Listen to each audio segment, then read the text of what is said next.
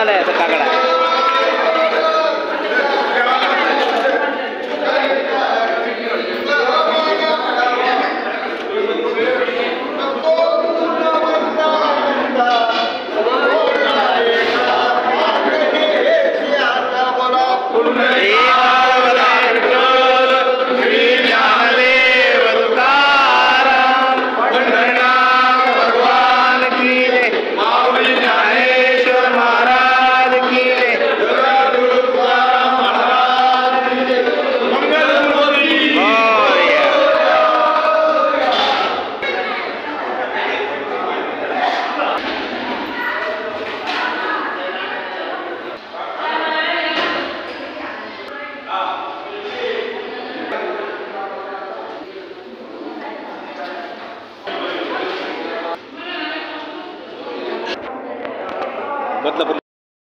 नमस्कार, good morning, शुभ सकाळ. आपण आहोत महागणपती रांजणगाव या ठिकाणी.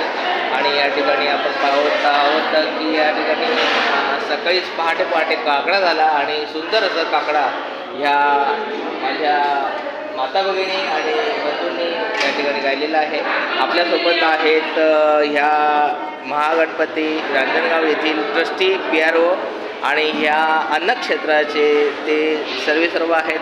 त्यांचं नाव आहे साहेब, आपलं नाव सांगा साहेब. नमस्ते, मी रमाकांत शेळके, जनसंपर्क अधिकारी, रांजणगाव गणपती देवस्थान ट्रस्ट, अन्नछत्र विभाग प्रमुख. रांजणगाव गणपती अष्टविनायकातील स्थान असल्यामुळे या ठिकाणी नेहमीच भक्त भाविक येतात. एक धार्मिक सामाजिक कार्यामध्ये रांजणगाव देवस्थान आग्रही आहे.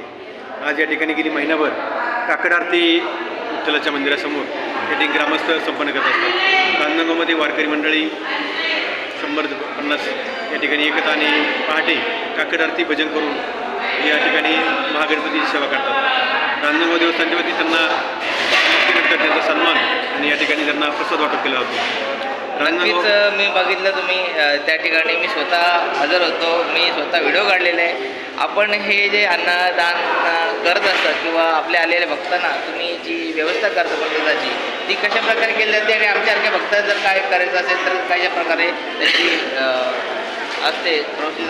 या ठिकाणी दररोज सकाळी 12 ते 2:30 आणि संध्याकाळी 7:30 ते 9 या कालावधीमध्ये देवस्थान ट्रस्टच्या वतीने मोफत महाप्रसाद वाटप केला जातो. त्याच्यामध्ये अनेक भक्तभाविक सहभागी होत असतात. सकाळी 400-500 लोक आणि संध्याकाळी 200 लोक या ठिकाणी प्रसादाचा लाभ घेत असतात. अष्टविनायक करणारे यात्रेकरू या ठिकाणी भक्तनिवासची सोय असल्यामुळे या ठिकाणी मुक्कामी असतात. दिंडी जाणारे वारकरी, शालेय विद्यार्थ्यांच्या सहली या ठिकाणी येत असतात. राहण्याची उत्तम व्यवस्था आहे, हॉल आहेत. भाविकांना मोफत महाप्रसाद वाटप केला जातो. आणि अष्टविनायकातील महत्त्वाचं स्थान महागणपती रांजणगाव पुणे नगर रस्त्यावर असल्यामुळं नेहमीच भाविकांची गर्दी असते. भाविकांची सेवा करणं आमच्या विश्वस्त मंडळाचा मानस आहे. म्हणून देवस्थान ट्रस्टचे विश्वस्त मंडळ अध्यक्षा स्वातीताई पाचुंदे पाटील, उपाध्यक्ष संदीपजी दौंडकर, विश्वस्त ओंकारजी देव महाराज, सचिव तुषार पाचुंदर पाटील, त्याचप्रमाणे खजिनदार विजय काका देव, मार्गदर्शक दत्ताशेठ पाचुंदर पाटील आणि वारकरी संप्रदायाचे आमचे बंधू सतीश अप्पा शेळके ही या धार्मिक कार्यामध्ये सहभागी होत असतात.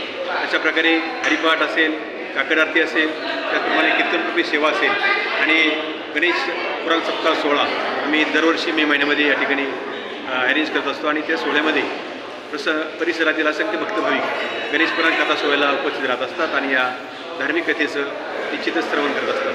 अशा प्रकारे धार्मिक क्षेत्रामध्ये आणि सामाजिक कार्यामध्ये आमचं देवस्थान नेहमीच आग्रही आहे आणि देवस्थानला आयुष्य मानांकन या ठिकाणी प्राप्त झालेलं आहे.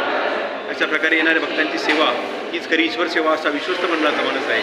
म्हणून खऱ्या अर्थानं आपल्या महाराष्ट्रातून नव्हे तर देशाच्या कानाकोपऱ्यातून भक्तभाविक या ठिकाणी येत असतो आणि या लाडक्या गणरायाच्या दर्शनासाठी येत असतात. त्या सर्व भाविकांची सेवा करणं आमचं कार्य आहे आणि निश्चितच त्या सेवेच्या माध्यमातून देवस्थानच्या विकासासाठी हे भक्तभाविक या ठिकाणी देणगी रूपाने सहकार्य करत असतात. आपणही या महागणपती दर्शनाला यावं आणि निश्चितच या लाडक्या गणरायाचे आशीर्वाद घ्यावेत अशी मी सर्व भक्तांना विनंती करतो. खूप तुम्ही ठीक आहे. मी दादांनी सांगितल्याप्रमाणे इथे प्रत्यक्ष अनुभव घेतलेला आहे की रात्री मी या ठिकाणी आलो आणि 9 वाजता आले होते. आमची 8 लोक आहोत आम्ही. तर नाश्ता कुठल्या खूप छान. आम्ही मुंबई बदलापूर खूप छान, मस्त, धन्यवाद. बाबा, तात्या. तर मी काल रात्री या ठिकाणी आलो. मला एक आवर्जून सांगायचं आहे की या ठिकाणी आल्यानंतर अगदी शेवटच्या क्षणाला आम्हाला भूकसुद्धा लागली होती आणि या ठिकाणी आल्यानंतर आम्हाला सांगितलं की तुम्ही किती लोक आहात. तर मी म्हणलो 8 लोक आहेत. तर ॲक्च्युली काल 50 लोकांचंच म्हणजे ज्याप्रमाणे बघता येतं त्याप्रमाणे जेवण शिजवलं जातं आणि काल फक्त 50 लोकांचं जेवण शिजवलं होतं, पण 20 लोक वाढले, म्हणजे आमच्यासारखे भक्त वाढले. परंतु इथे आल्यानंतर मला एक समाधान का वाटलं, मी मुद्दाम व्हिडिओ घेतला आणि या यूट्यूबच्या माध्यमातून मुद्दाम तुमच्यापर्यंत हा व्हिडिओ पाठवतो आहे की इथले सर्व प्रकारचे विश्वस्त असेल, दादा शेळकेदादासारखे लोक असतील, ही सहकार्याची भावना आणि त्यांनी जी लोक त्यांच्या सेवेमध्ये इथे काम करतात ते लोकांकडून सुद्धा चांगल्या प्रकारे सहकार्य मिळालं. त्यांनी सांगितलं, साहेब तुम्ही या सगळ्यांनी प्रसाद घ्या, कारण आम्ही थकून आलो होतो, बाहेर जायचं नव्हतं आणि सगळ्यांनी आम्हाला म्हणजे महाप्रसादाचा आम्हाला संधी या ठिकाणी दिली.